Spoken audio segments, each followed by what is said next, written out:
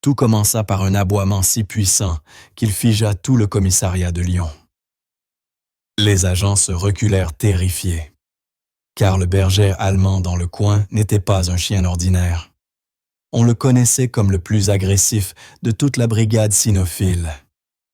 Ses grondements résonnaient dans le poste comme un avertissement.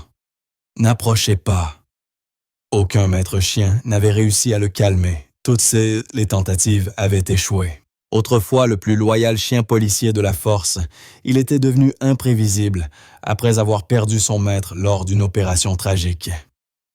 Depuis ce jour, personne n'avait pu s'approcher de lui. Il refusait de manger, attaquait quiconque tentait d'entrer et grognait contre chaque être humain. Les agents l'appelaient « la bête ».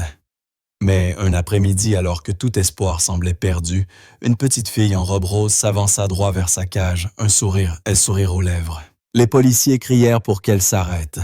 « S'il te plaît, ma chérie, reste loin de ce chien. » Mais elle ignora tous les avertissements. Elle le regarda simplement dans les yeux et murmura « Ce n'est pas grave. Tu n'es pas méchant. » Quand sa petite main toucha le chien agressif, plus personne n'osa bouger. Ce qui se produisit ensuite choqua tout le monde. Les lourdes grilles métalliques de la brigade cynophile de la ville vibrèrent lorsque le fourgon de transport recula dans la cour. À l'intérieur, enchaîné et muselé, se tenait un énorme berger allemand, dont le regard pouvait glacer le sang. Les agents se chuchotaient entre eux. « C'est bien lui ?» demanda l'un. « Oui, c'est Rex, celui qu'on appelle l'intouchable. » Lorsque le maître chien ouvrit la porte de la cage, Rex ne bougea pas tout de suite. Il se contenta de fixer l'homme, ses yeux dorés vifs et immobiles remplis d'autre chose que de la colère de la peine. Puis, sans prévenir, il bondit en avant. La chaîne se tendit violemment, faisant trébucher le maître chien. Les grondements emplirent le couloir en béton. Personne n'osa approcher. Rex avait déjà été transféré dans 5 commissariats en 2 ans. Tous ceux qui avaient tenté de le dresser en étaient sortis avec des cicatrices physiques et morales. Les rapports le décrivaient comme incontrôlable, dangereux, irrécupérable. Mais aucun ne mentionnait les nuits où il hurlait, appelant celui qui ne reviendrait jamais. Derrière la vitre d'observation, le capitaine Moreau croisa les bras. « On va lui donner une dernière chance », dit-il d'une voix grave. « Mais s'il dérape encore une fois, c'en est fini. » Le silence tomba aussitôt. Tous savaient ce que fini voulait dire. Rex fut conduit dans un chenil isolé, au fond des locaux, derrière de lourdes portes d'acier renforcées. Aucun autre chien à proximité. Il tournait en rond, le cliquetis de ses griffes sur le sol, résonnant comme le tic-tac d'une horloge. Chaque fois qu'un maître chien passait, il grondait bas un avertissement. Les cicatrices sur son museau racontaient à elles seules toute son histoire. Autrefois un héros, il n'était plus qu'un fantôme de lui-même. La nuit tomba. Les lumières du commissariat s'atténuèrent, plongeant le couloir dans une lueur froide et stérile. Depuis sa cage, Rex observait les agents rouir-manger rentrer chez eux. Il appuya sa tête contre les barreaux, écoutant. Le bourdonnement lointain de la ville lui rappelait le monde qu'il avait perdu, les sirènes, les ordres, la voix rassurante de son ancien maître l'appelant par son nom. Mais cette voix avait disparu.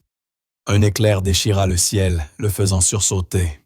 Ses muscles se crispèrent. Son esprit revivait cette nuit d'horreur, l'explosion, les cris puis le silence.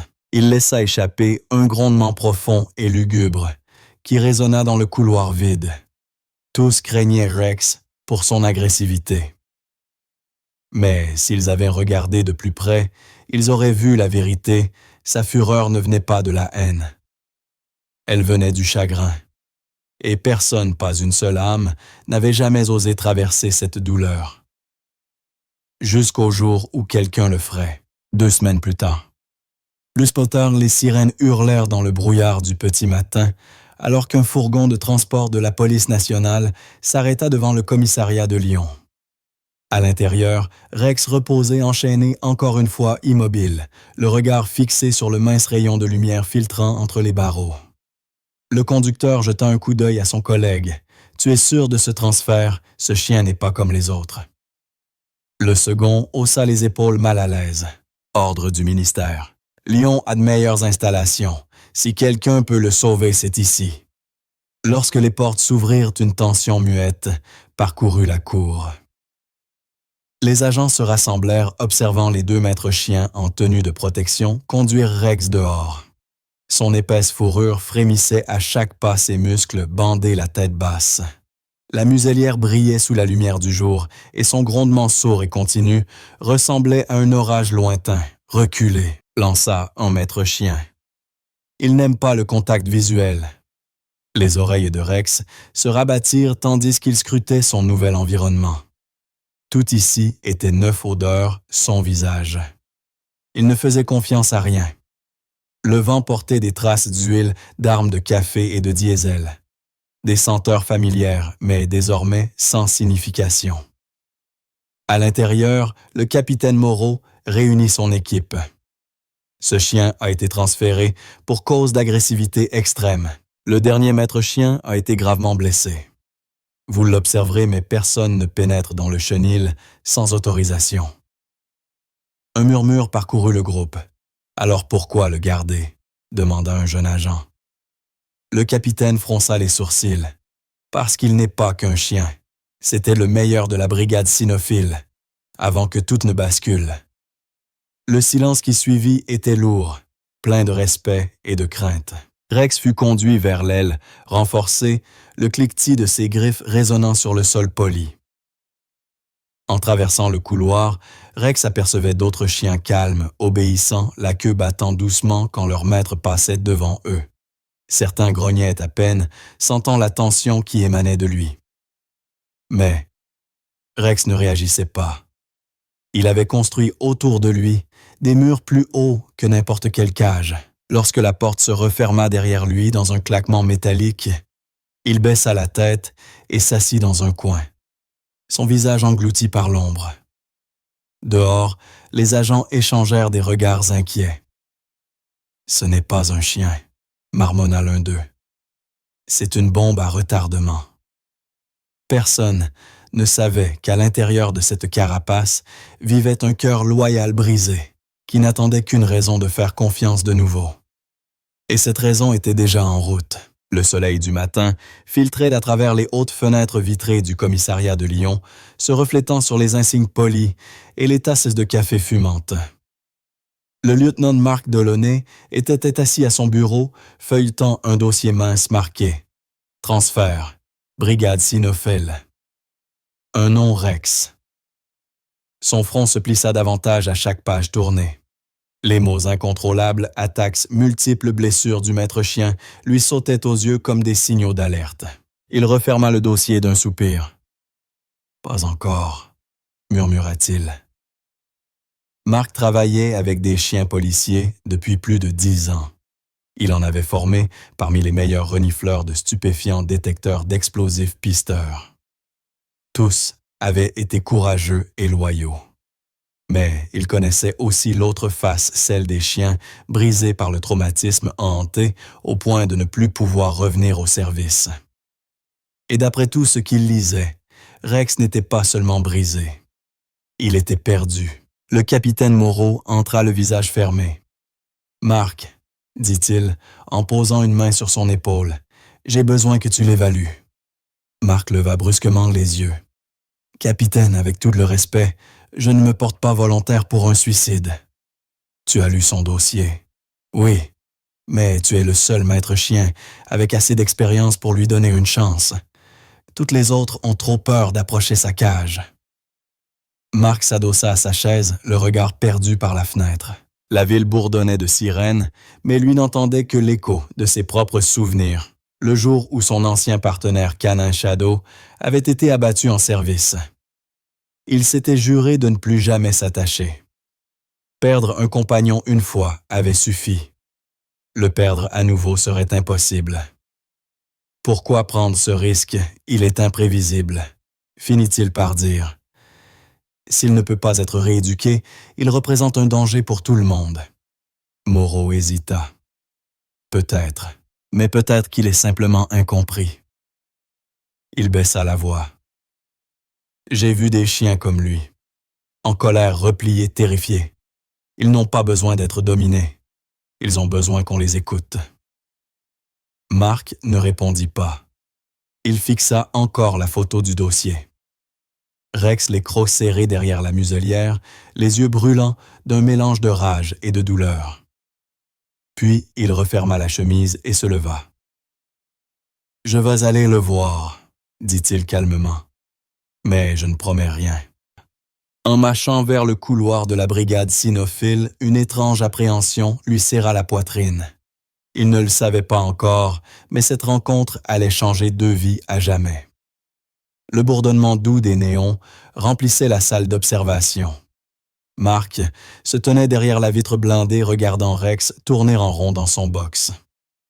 Ses mouvements étaient nerveux tranchants. Chaque pas reflétait le chaos qui bouillonnait en lui. Ses yeux se jetaient sur chaque bruit, chaque ombre, comme s'il s'attendait à une attaque à tout instant. Marc avait déjà vu de l'agressivité, mais ici c'était autre chose. Rex n'était pas seulement hostile, il était hanté. « D'où vient-il » demanda Marc à l'agent Diaz, qui prenait des notes à côté de lui. Diaz soupira. Militaire, formé dans l'armée. Il servait au Mali avec son maître, le sergent Adrien Caron. C'étaient des légendes. Ils ont sauvé tout un convoi une fois. Le regard de Marc retourna vers Rex. Et qu'est-ce qui s'est passé? Diaz hésita avant de répondre. Attaque à l'engin explosif improvisé. Leur véhicule a été touché pendant une patrouille. Caron n'a pas survécu. Rex, lui, s'en est sorti de justesse. Après ça, il n'a plus obéi. Il a mordu les secouristes qui essayaient de l'aider. On l'a renvoyé en France, mais depuis aucun commissariat n'a réussi à le récupérer. La poitrine de Marc se serra. Il connaissait ce genre de perte, celle qui vous change à jamais. À travers la vitre, Rex grogna, accélérant sa marche la queue raide. Soudain, il s'arrêta net et planta ses yeux dans ceux de Marc, comme s'il sentait qu'on parlait de lui. L'air devint lourd, presque électrique. Marc ne bougea pas. Il soutint le regard de Rex, non pas avec défi, mais avec compréhension. Pendant une fraction de seconde, quelque chose vacilla dans ses yeux ambrés, de la confusion, peut-être même une lueur de reconnaissance. Puis tout disparut, remplacé par la même froideur brûlante. Plus tard dans la soirée, alors que le commissariat s'apaisait, Marc relut les anciens rapports de mission. Des photos de Rex et du sergent Caron tapissaient le dossier. Les deux côte à côte couverts de poussière souriant après une opération réussie. Leur lien était évident. Sur l'une des photos, Caron s'accroupissait à côté de Rex, la main posée sur son cou, les yeux pleins de fierté. La légende disait « l'équipe parfaite ». Marc expira lentement. Pas étonnant qu'il soit comme ça. Il a tout perdu. Dans son box, Rex était recroquevillé, dans un coin la tête posée sur ses pattes. Mais ses oreilles tressaillaient encore, comme s'il pouvait entendre la voix de son maître, les ordres criés sous le feu, le souffle des tempêtes de sable, le grondement des moteurs lointains. Parfois, dans le silence de la nuit, il se réveillait en sursaut, aboyant furieusement prisonnier de souvenirs qui refusaient de s'effacer. Pour les agents, il n'était qu'un animal dangereux. Mais pour Marc, il ressemblait à un soldat coincé sur un champ de bataille longtemps après la fin de la guerre. Alors que le tonnerre grondait au dehors, Marc posa une main sur la vitre. « Tu n'as plus besoin de te battre », murmura-t-il doucement. Rex ne pouvait pas l'entendre. Pourtant, derrière la vitre, le lieutenant Marc Delaunay murmura « Tu n'as pas besoin qu'on te dresse. Tu as juste besoin que quelqu'un te rappelle comment vivre. » Il ignorait encore que celui qui allait redonner à Rex le goût de vivre ne serait pas lui. Ce serait quelqu'un de bien plus petit et bien plus courageux. Le lendemain matin, la tension flottait dans l'air. La pluie tambourinait doucement contre les vitres du commissariat pendant que les agents se rassemblaient près de l'aile cynophile. Un nouveau maître chien, l'agent Giraud, ajusta nerveusement ses gants et sa manche renforcée. « J'ai déjà travaillé avec des chiens agressifs, » dit-il d'un ton se voulant sûr. « Je peux le gérer. » Le capitaine Moreau acquiesça lentement. « Fais attention, ce n'est pas un chien ordinaire. » Ah! Derrière la porte blindée, Rex se tenait en alerte-oreille, dressé queue rigide. Il avait senti le mouvement de l'autre côté bien avant qu'elle ne s'ouvre. Dès que la serrure grinça, tout son corps se tendit comme un ressort prêt à jaillir. Giraud s'avança prudemment avec la laisse la voix douce. « Tranquille, mon grand. Personne ne va te faire de mal. » Les yeux de Rex se fixèrent sur lui, immobile prédateur, jaugeant chaque geste. Le silence régnait seulement troublé par le claquement discret des bottes sur le sol. Chaque pas sonnait comme un compte à rebours. « Restez prêts », murmura un agent derrière la vitre de sécurité. Giraud s'arrêta à quelques pas, s'accroupissant lentement. « Bon chien, on va devenir amis, toi et moi. » Il tendit la main gantée qui tremblait légèrement.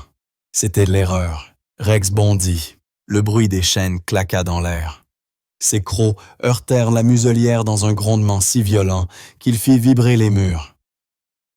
Giraud recula, la manche arrachée, tandis que les agents criaient et refermaient la cage d'un coup sec. Rex aboyait avec fureur, les muscles bandés. Le regard fou, mais ce n'était pas de la rage, c'était de la panique. Le couloir explosa en cris. « Sortez-le tout de suite. » Marc accourut, alors que les maîtres chiens tiraient Giraud en arrière le bras en sang, là où le tissu avait cédé. « Je vous avais dit de ne pas le brusquer. » s'emporta-t-il. « Il n'est pas prêt. » Pâle et tremblant, Giraud balbutia. « Ce truc-là n'est pas un chien, c'est un monstre. » Mais Marc lui voyait autre chose. À travers les barreaux, sous les grondements, il distingua la peur pure profonde. Rex tremblait, le regard fuyant d'un visage à l'autre, comme s'il s'attendait à une explosion, à un ordre, à une nouvelle perte. La voix du capitaine Moreau fendit le tumulte. « C'en est assez. Si personne ne peut le maîtriser d'ici la fin de la semaine, je devrais autoriser son euthanasie. » Ces mots tombèrent sur Marc comme une pierre. Il fixa Rex, toujours recroquevillé dans sa cage, et sentit une douleur lui serrer la poitrine. Il ne savait pas pourquoi, mais il avait la conviction que cette histoire n'était pas terminée. Quelque part, au fond de cette âme brisée, il restait une étincelle. Il fallait seulement que la bonne personne la rallume. Et cette personne était déjà en route. C'était un samedi matin, calme au commissariat. Le genre de matinée où le papier s'empile sur les bureaux, où le café refroidit, et où le monde semble tourner au ralenti. De lourds nuages de pluie couvraient le ciel et le bourdonnement constant des néons emplissait les couloirs. Personne ne s'attendait à rien d'extraordinaire. Tout changea quand la porte d'entrée s'ouvrit. Une femme entra, tenant une petite main dans la sienne. Elle avait une trentaine d'années, portait une veste en jean délavé, et ses yeux fatigués gardaient une douceur indéniable. À ses côtés, une fillette d'environ 6 ans serrait un ours en peluche usé observant les lieux avec une curiosité silencieuse. « Je peux vous aider, madame ?» demanda l'agent d'accueil. « Oui, » répondit-elle doucement. « Je suis Émilie Caron. Mon mari était policier ici avant son décès. Je voulais juste montrer à ma fille l'endroit où il travaillait. » L'agent hocha la tête compatissant. « Bien sûr, madame Caron, je suis désolé pour votre perte. » Pendant que les adultes parlaient, la petite s'éloigna de quelques pas. Ses petites chaussures couinaient sur le carrelage alors qu'elle glissait un regard vers le couloir de la brigade cynophile. De derrière les portes d'acier épaisses, elle entendit des aboiements étouffés. « Maman » chuchota-t-elle en tirant sur la manche d'Émilie.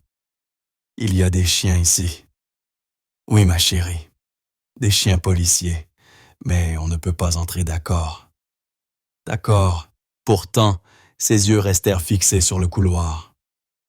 Au même moment, mon Marc se tenait devant le box de Rex. Le chien était couché dans un coin immobile, le regard vide. Le silence pesait jusqu'à ce que soudain ses oreilles frémissent. Il releva la tête, les narines dilatées. Quelque chose avait changé. Il se redressa brusquement, fixant la porte, le corps tendu mais sans gronder. Un léger gémissement lui échappa. Marc fronça les sourcils. « Oh, t'sais, qu'est-ce qu'il y a, mon grand? » Puis, à travers la petite vitre de la porte, il la vit une fillette en robe rose debout, juste derrière contraste lumineux, dans le couloir gris. Ses yeux curieux croisèrent ceux de Rex. Avant que quiconque n'ait le temps de réagir, elle fit un pas en avant. « Attends !» cria Marc en se précipitant vers la porte. Mais Lilou avançait déjà la main tendue vers la poignée. Rex ne bougea pas. Il la regardait simplement, les yeux fixés aux siens, non pas avec colère, mais avec quelque chose que personne n'avait encore vu. Quelque chose de doux, de familier. Et en cet instant suspendu, l'histoire du chien intouchable commença à changer à jamais. Le couloir se figea lorsque la petite main de Lilou se posa sur la porte froide. Marc s'arrêta net, le cœur battant dans la gorge. « Non, n'ouvre pas ça !» hurla-t-il, ses pas résonnant dans le silence. Mais l'enfant ne recula pas. Elle tourna légèrement la tête, les yeux pleins d'innocence. « Ce n'est pas grave, » dit-elle doucement, presque pour elle-même. « Il n'est pas méchant. » La poignée tourna dans un déclic métallique. La lourde porte grinça en s'ouvrant. Tous les agents alentour se figèrent. Un seul faux mouvement, un seul bruit trop brusque, et le chien derrière cette porte pouvait devenir mortel en une seconde. Marc se précipita, mais il était déjà trop tard. Lilou avait franchi le seuil. L'air changea aussitôt. Les néons vacillèrent légèrement, tandis que Rex redressait la tête. Ses yeux ambrés se fixèrent sur la minuscule silhouette devant lui. Pendant un instant, le temps sembla s'arrêter. Marc retint son souffle. La posture de Rex était raide, ses muscles tendus les oreilles, en avant la position caractéristique d'avant l'attaque. Un grondement sourd monta de sa poitrine vibrant, jusque dans le sol en béton. « Lilou !» La voix d'Émilie résonna depuis le couloir tremblante de panique. Ses pas précipités se rapprochaient, mais la fillette ne courut pas. Elle ne cria pas. Elle resta simplement là, serrant son ours en peluche contre elle, les yeux grands ouverts, mais calmes. « Bonjour », murmura-t-elle tout bas. Rex cligna des yeux. Le grondement s'interrompit. Sa tête s'inclina légèrement, une lueur d'hésitation traversant son regard. Personne ne lui avait parlé comme ça depuis son ancien maître. Cette voix douce, cette confiance innocente, elles n'avaient pas leur place dans ce lieu de peur. Marc s'arrêta sur le seuil, la main crispée, sur le chambranle prêt à intervenir. Il savait qu'un seul bruit pouvait déclencher l'attaque. Chaque instinct lui hurlait de tirer l'enfant en arrière. Pourtant, quelque chose le retint. Rex n'attaquait pas. Il écoutait. Lilou fit un pas de plus, sa voix à peine audible. « Ce n'est pas grave, gros chien. Je sais que tu es triste. » Les mots flottèrent dans l'air comme un fil fragile, reliant deux mondes brisés. La respiration de Rex se calma. La tension dans ses épaules se relâcha un peu. La bête que tous redoutaient demeurait immobile, partagée entre l'instinct de défense et le besoin désespéré de se souvenir de ce qu'était la tendresse. Marc ne bougea pas. Rex non plus.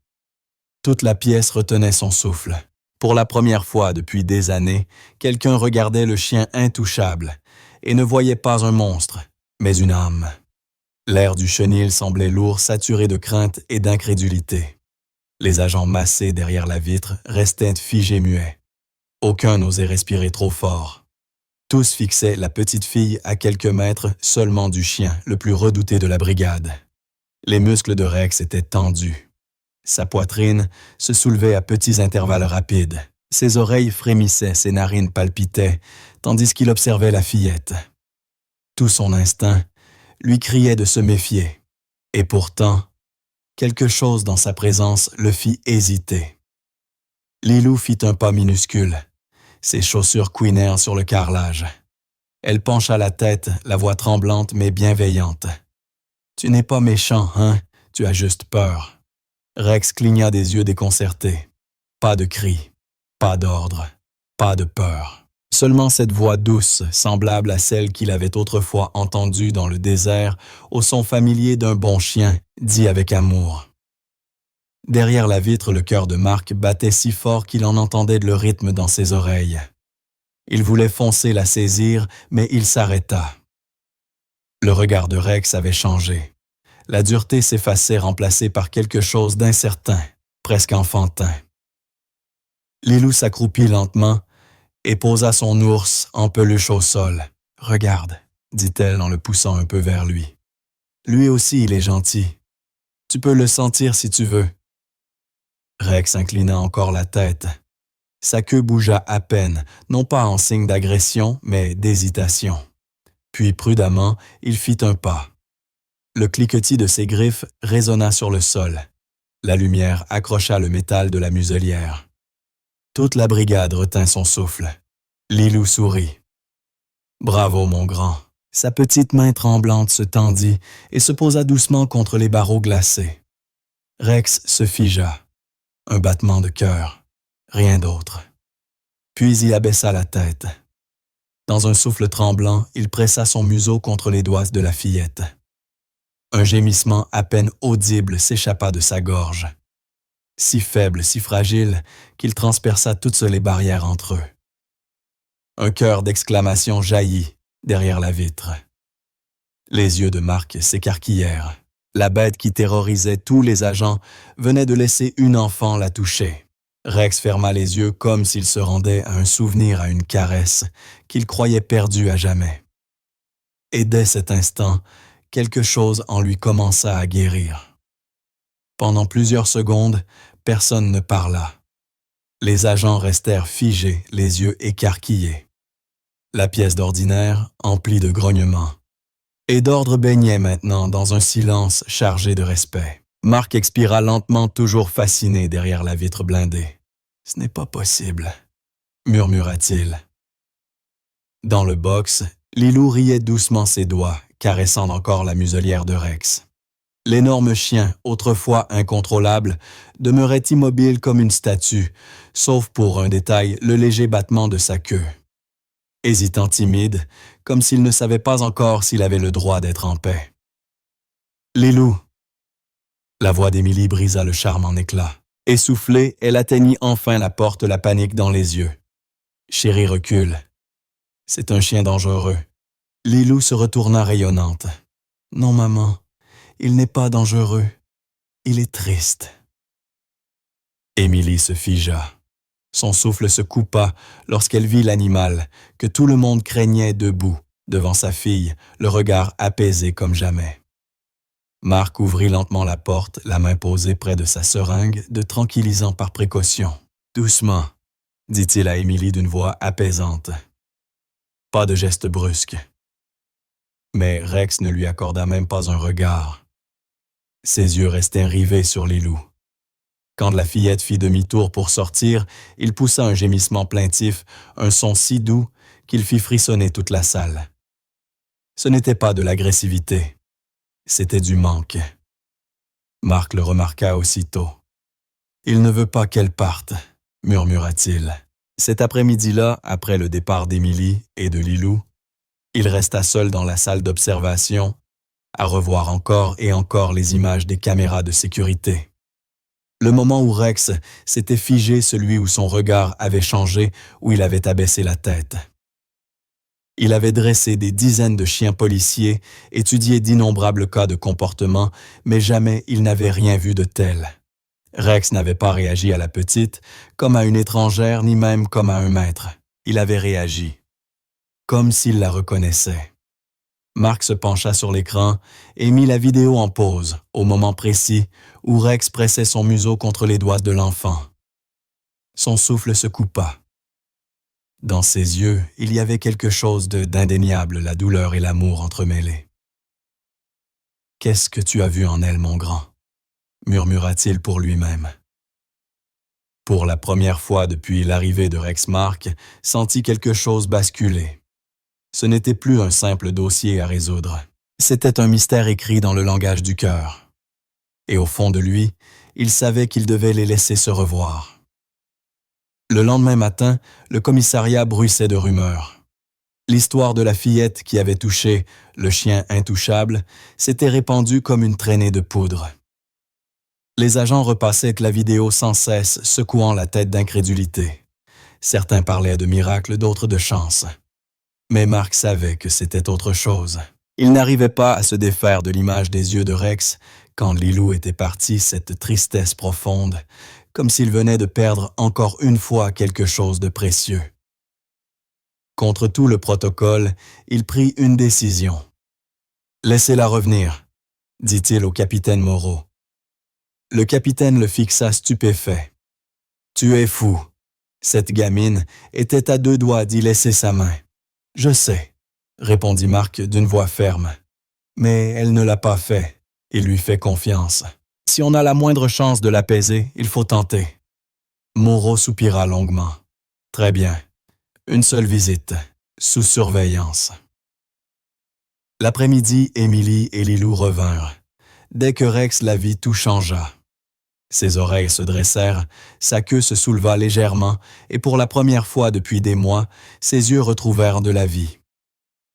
Émilie serra la main de sa fille. « Souviens-toi de ce qu'on a dit, ma chérie, tout doucement. » Lilou hocha la tête et s'approcha du box. « Bonjour, Rex, » dit-elle d'une voix tendre comme à un vieil ami. « Tu m'as manqué. » Le grand chien inclina la tête. Un léger gémissement vibra dans sa gorge. Quand la fillette s'accroupit près des barreaux, il avança aussitôt son museau, comme s'il attendait ce moment depuis toujours. « Bon chien », murmura Lilou, passant ses doigts entre les interstices de la grille. Mark observait stupéfait. Chaque visite devint plus facile. En quelques jours, Rex réagissait non seulement à la voix de Lilou, mais aussi à ses ordres. Quand elle disait « assis », il obéissait. Quand elle souriait, sa queue battait le sol. Il recommença à manger régulièrement, à dormir paisiblement, à aboyer moins. La tension violente qui le définissait jusque-là se dissolvait peu à peu. Les autres agents le remarquèrent aussi. « Tu ne vas pas me croire », dit Diaz un soir. « Il a remué la queue quand je suis passé. J'ai cru halluciner. » Mark esquissa un sourire. Ses yeux, eux, restaient fixés sur Rex. « Il se souvient de ce que c'est que de faire confiance », répondit-il doucement. Cette semaine-là, Lilou vint chaque jour après l'école. Elle apportait de petits sortis dessins au crayon de couleur, elle, sa maman, et Rex, sous un grand soleil jaune. Elle les accrochait près du chenil. Chaque fois, Rex les fixait longuement, comme s'il comprenait. Émilie restait souvent dans un coin, la main sur la poitrine, les yeux pleins de larmes. « Je n'ai jamais rien vu de pareil », murmurait-elle. Mark acquiesçait. « Moi non plus. » Mais personne ne savait que la transformation de Rex ne faisait que commencer.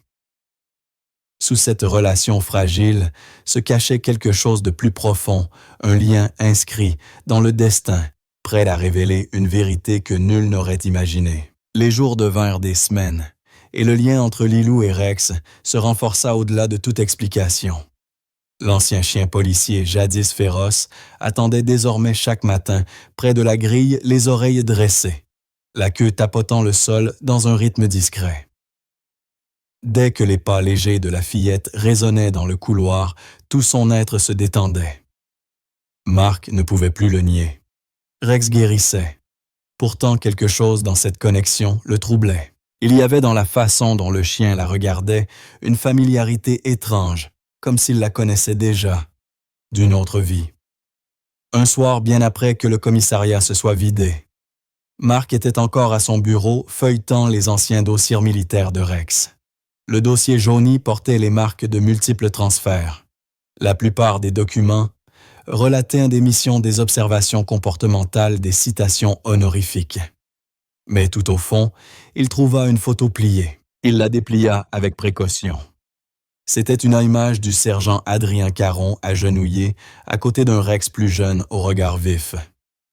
À leur côté se tenait une femme portant dans ses bras une fillette aux couettes et au sourire éclatant, le même sourire qui illuminait chaque jour le commissariat.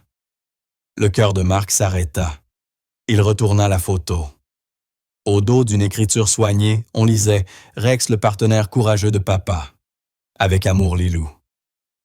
Le monde sembla se figer. La petite fille qui avait calmé le chien le plus dangereux de la police était la fille de son ancien maître. Marc s'adossa lentement à sa chaise, le souffle court. Tout s'emboîtait, la confusion de Rex, ses gémissements, leur lien immédiat. Il n'avait pas simplement reconnu une voix ou une odeur. Il avait reconnu sa famille.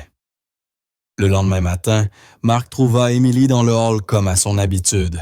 Il hésita puis demanda doucement « Madame, est-ce que votre mari a déjà servi dans la brigade cynophile ?» Les yeux d'Émilie s'adoucirent, une lueur de tristesse les traversant.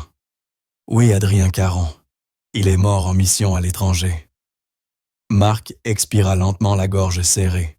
« Le partenaire de votre mari, c'était Rex. » Émilie se figea, les lèvres entr'ouvertes de stupeur. « Ce chien, c'était le sien. » Marc hocha la tête. Il ne l'a jamais oublié. C'est pour ça qu'il a fait confiance à votre fille dès le premier instant.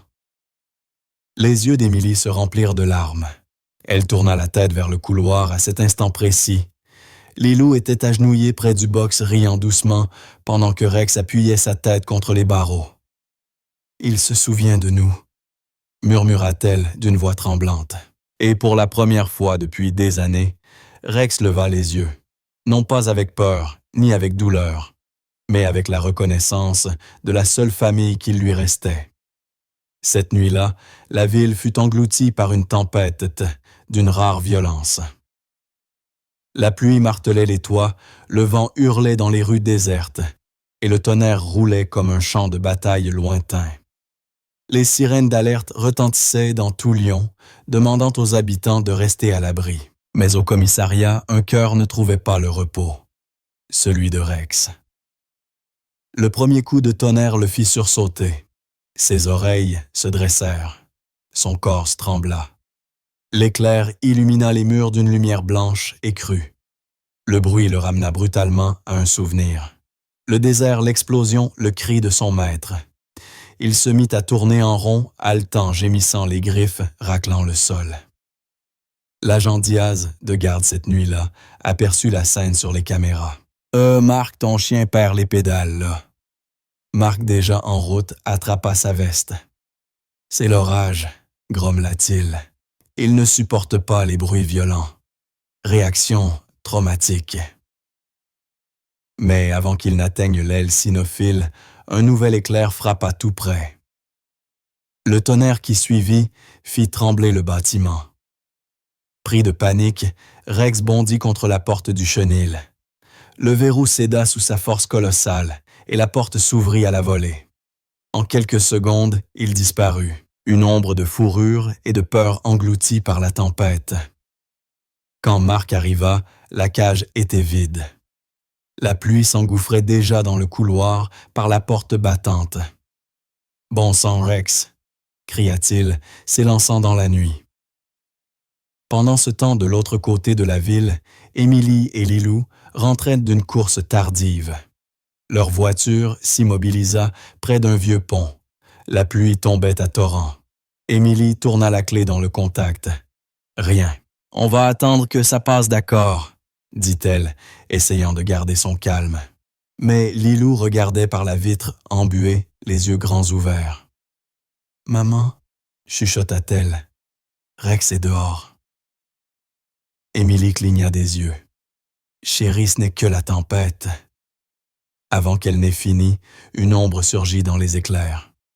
Une silhouette massive, trempée haletante, les yeux fous d'effroi. Rex se tenait au milieu de la route, fixant leur voiture. « Rex !» souffla Émilie. Le chien aboya une fois sec pressant, puis se retourna et s'élança vers le bois voisin. Lilou plaqua ses mains contre la vitre. « Il veut qu'on le suive. » Émilie hésita.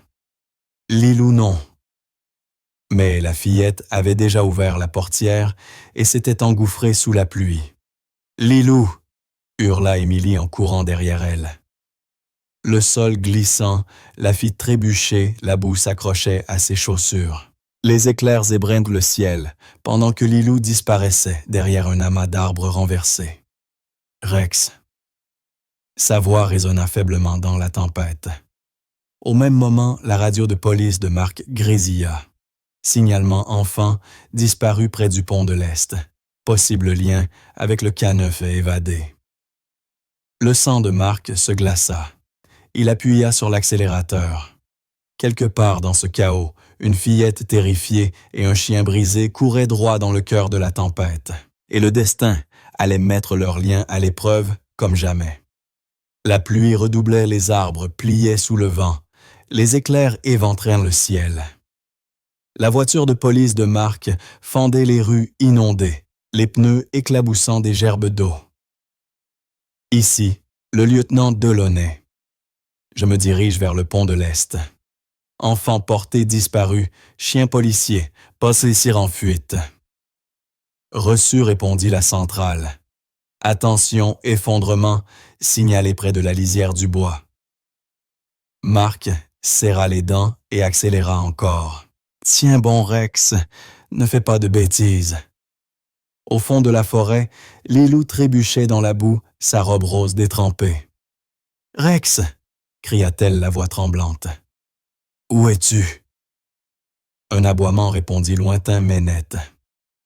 Lilou suivit le son glissant, tombant se relevant encore. Dans une clairière, elle le vit enfin. Rex, debout contre la tempête, trempé, grelottant mais vivant. « Rex !» cria-t-elle soulagée. Le berger allemand aboya de nouveau et bondit vers elle. Lilou passa ses bras autour de son cou sans hésiter. « Tu m'as retrouvé. » Mais Rex n'était pas tranquille. Ses oreilles bougeaient nerveusement son corps tendu.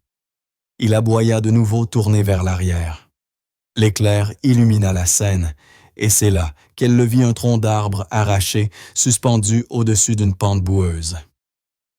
Avant qu'elle ne puisse réagir, le sol se déroba sous ses pieds. Le terrain s'effondra l'entraînant vers le ravin. Lilou hurla, mais avant qu'elle ne tombe, Rex bondit. Il attrapa le col de sa veste entre ses crocs et planta ses griffes dans la terre détrempée. Il grogna de toutes ses forces, les muscles tendus, la pluie lui fouettant le visage. Centimètre par centimètre, il la tira vers le haut, Zelda. Ses pattes glissaient la boue, éclaboussaient son museau, mais il ne lâcha pas. « Tiens bon, mon grand !» haleta Lilou, agrippé à sa fourrure. Dans un dernier effort, Rex la ramena sur la berge. À peine avait-il roulé sur le sol qu'un craquement retentit. L'arbre s'écrasa derrière eux, dans un fracas assourdissant, soulevant une pluie de boue et d'éclats de bois. Le tonnerre éclata dans la vallée. Lilou restait immobile haletante, ses petites mains crispées sur le collier de Rex. « Tu m'as sauvé » souffla-t-elle. Mais Rex ne bougea pas tout de suite. Il se tenait au-dessus d'elle, la poitrine soulevée par l'effort, les oreilles plaquées en arrière. Une entaille profonde zébrait son flanc. Le tronc d'arbre l'avait frappé en tombant. Le sang se mêlait à la pluie. Quelques instants plus tard, Marc surgit d'entre les arbres, la lampe torche balayant l'obscurité. « Lilou !» cria-t-il, la voix brisée par la panique. « Ici !» répondit-elle faiblement. « Rex m'a sauvé. » Marc tomba à genoux près d'eux, serrant la fillette tremblante contre lui. Puis son regard se posa sur Rex blessé, boitant, mais toujours debout campé devant l'enfant comme un garde. « Bon chien !» murmura Marc, la gorge serrée. « Tu l'as fait. » Rex leva les yeux vers lui, le regard voilé mais paisible, comme pour dire « Elle est saine et sauve maintenant. » Puis ses pattes cédèrent. Il s'effondra dans la boue. « Tiens bon, mon grand, » dit Marc, en le soulevant à bras tremblants. « Tu ne vas pas nous quitter ce soir. » La tempête s'éloignait déjà, tandis que les sirènes se rapprochaient. Sous les gyrophares rouges, un soldat brisé et une fillette furent ramenés vers la sécurité unis à jamais, par un amour plus fort que la peur, la douleur et le destin. Le bourdonnement régulier des machines emplissait le couloir de la clinique vétérinaire de la gendarmerie. La tempête était passée, laissant ce silence étrange lourd qui suit le chaos. L'horloge murale égrenait les secondes. Marc trempé grelottait sur un banc les mains jointes. En face de lui, Émilie serrait Lilou dans ses bras, les yeux rougis par les larmes. Rex avait été emmené en urgence. Dès leur arrivée, flanc ouvert, perte de sang importante. Le vétérinaire avait promis de tout tenter, mais Marc savait que les chances étaient minces. « Maman, » murmura Lilou, la voix tremblante. « Il va s'en sortir, hein? » Émilie essuya une larme sur la joue de sa fille. « Il est fort, ma chérie. Il t'a sauvée. Il ne va pas abandonner maintenant. » Marc détourna le regard, les mâchoires serrées.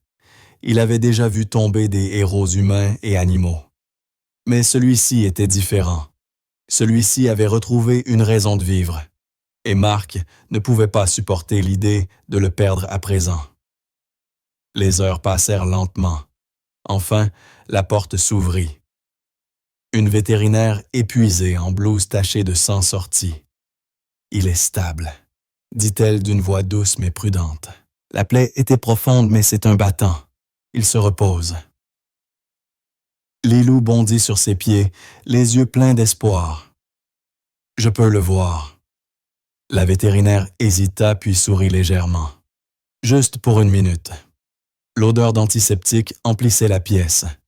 À côté de la table, les machines bipaient doucement. Rex était allongé enveloppé de bandages, respirant lentement. Son pelage avait été rasé autour de la blessure. Une perfusion descendait le long de sa patte. Lilou s'approcha sur la pointe des pieds, les mains tremblantes.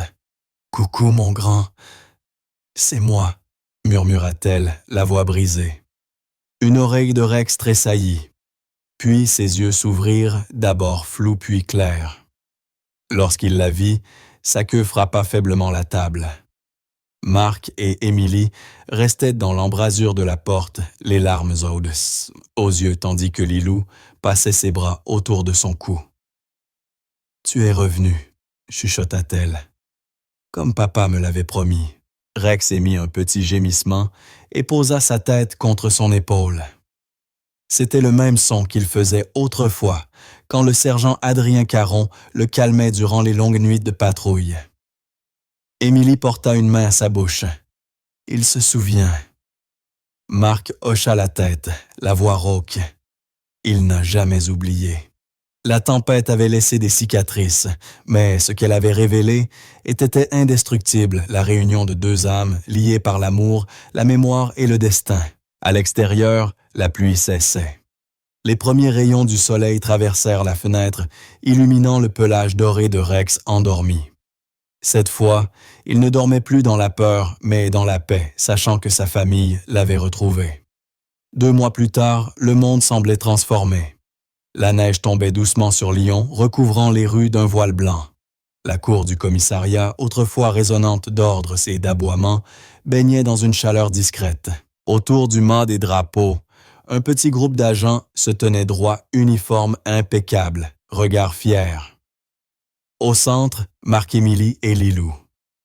À leur côté, portant un collier orné d'une médaille argentée flambant neuve, se tenait Rex. L'ancien chien intouchable, celui que tous craignaient, se dressait fièrement, le poil brillant, le regard calme. Il n'y avait plus trace du monstre qu'on murmurait autrefois. Devant eux se tenait désormais un héros, un soldat qui avait vaincu non seulement le danger, mais sa propre douleur. Le capitaine Moreau s'avança, la voix ferme mais vibrante d'émotion. Aujourd'hui, nous honorons un soldat qui nous a rappelé ce que signifie la loyauté. Rex, pour ta bravoure au-delà du devoir et pour avoir sauvé la vie d'une enfant, nous te nommons officier d'honneur de la police nationale. Les applaudissements éclatèrent dans l'air froid. Lilou battit des mains, les siennes rougies par le gel. « C'est mon Rex », lança-t-elle son rire éclatant comme un rayon de soleil dans la neige. Marc sourit les yeux embués. Il s'agenouilla, à côté du chien, lui gratta l'arrière de l'oreille. « Tu l'as fait, mon grand. Tu as enfin retrouvé ton foyer. » Rex inclina la tête, puis tourna le regard vers Émilie et Lilou, sa nouvelle famille. Il posa doucement son museau dans la paume de Marc, en signe de gratitude silencieuse. La cérémonie toucha à sa fin. Les gens se dispersèrent lentement. Des flocons tombaient encore se posant sur la fourrure chaude du chien qui, cette fois, n'avait plus rien à craindre. Il était chez lui. Lilou courait en riant autour de Rex, traçant de petits cercles dans l'arneige fondue. Le chien la suivait d'un pas tranquille, la queue battant doucement l'air. Un éclat de joie simple pur résonnait dans la cour du commissariat. Un peu plus loin, les mains dans les poches de son manteau, Émilie observait la scène, le sourire mêlé aux larmes. Marc la rejoignit silencieusement. « Vous savez, dit-il à voix basse, votre mari aurait été fier. Rex ne l'a jamais vraiment cessé d'attendre. » Émilie esquissa un sourire tremblant. « Peut-être qu'il ne l'attendait pas vraiment, murmura-t-elle. Peut-être qu'il nous attendait, nous, Ils restèrent là, côte à côte, sans un mot de plus, un silence plein apaisé, pas vide. Au fil des minutes, le ciel se teinta d'or et de rose. Lilou s'assit sur les marches du commissariat tout contre Rex. Ses petits doigts s'enfoncèrent dans sa fourrure tiède. Le badge brillant, accroché à son collier, reflétait les derniers rayons du soleil, telle une médaille d'honneur. Marc les regardait depuis la porte, le cœur enfin apaisé. Pendant des années, Rex avait porté les fantômes de son passé. Mais, à présent, entouré d'amour et de rire, il avait trouvé ce que tout soldat recherche après la guerre, une raison de vivre à nouveau. Rex releva la tête vers l'horizon, les oreilles dressées, le regard clair. Pour la première fois depuis longtemps, son monde n'était plus fait de tonnerre, ni de peur mais de paix. Et tout contre lui, la petite fille qui avait guéri son cœur brisé murmura doucement « Bienvenue à la maison Rex ».